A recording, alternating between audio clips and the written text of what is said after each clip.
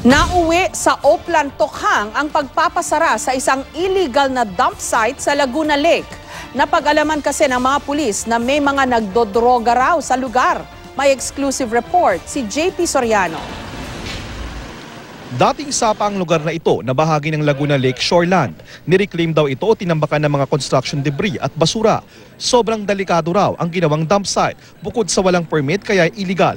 Kaya pinasara ito kanina batay sa cease and desist order na pinalabas ng Laguna Lake Development Authority o LLDA.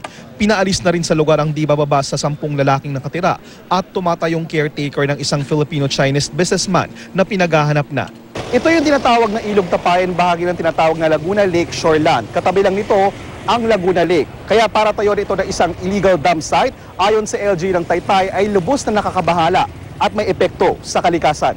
Pumapayag sila na tambakan ng basura ang kanilang mga property para lang tumaas. Yan po ay talagang isang bawal na bawal sapagkat ang basura po na yan ay kakatas at ang maapektuhan po dyan ay ang ating Laguna Lake. At alam niyo naman, ang Laguna Lake is one of the sources of our fresh water. Ganon din, isa yan sa resources ng ating pagkain. Naharap sa iba't ibang environment violations ang may-ari ng lupa tulad ng paglabag sa Republic Act 9003 o Ecological Solid Waste Management Act kung saan ipinagbabawal sa batas ang open dumping. Pero ang closure operation nagtapos sa Oplan, Tokhang.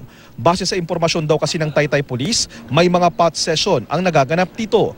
Nang magalugok, may nakitang isang maliit na sachet na pinaghihinala ang shabu. Itinanggi ng isang caretaker ang aligasyon. Hindi lang basura na meron tayong nakuha na sachet rin, maliit lang. Yung mga tinarihan, yung mga pinaggamitan. Wala po akong nakikita dito. Wala po. So walang nagdadrug sa loob? Wala po. JP Soriano, GMA News.